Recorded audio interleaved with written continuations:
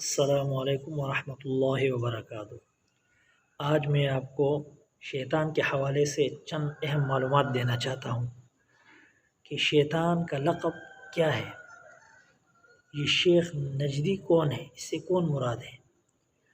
شیخ نجدی سے شیطان مراد ہے، یہ شیطان کا لقب ہے شیخ نجدی۔ ساتوں آسمان پر شیطان کے نام کیا کیا تھے؟ علامہ سمرقندی نے کشف البیان میں کعب بن احبار کی روایت نقل کی ہے کہ شیطان کو پہلے آسمان پر عابد کے نام سے پکارا جاتا تھا،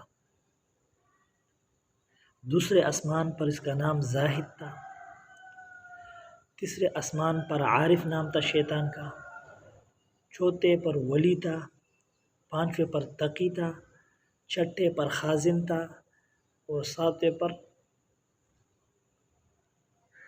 عزرائیل، اور لوح محفوظ میں اس کا نام ابلیس رکھا تھا۔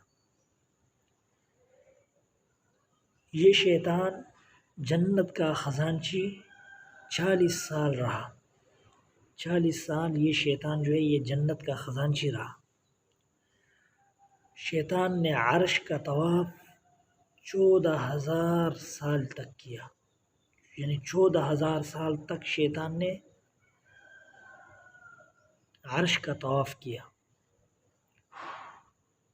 شیطان کو ملائکوں کا استاد بھی کہا جاتا ہے، یہ ملائکہ کے ساتھ 80,000 سال تک رہا، 80,000 سال تک یہ فرشتوں کے ساتھ رہا،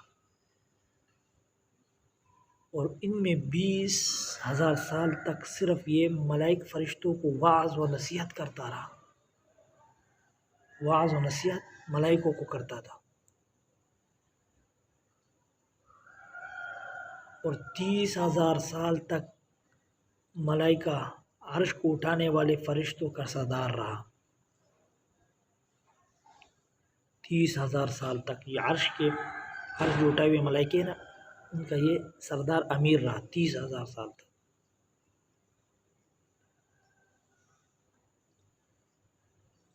اور شیطان کی اولاد کس طرح ہوتی ہے یہ آئندہ ویڈیو میں آپ کو بتاؤں گا انشاءاللہ۔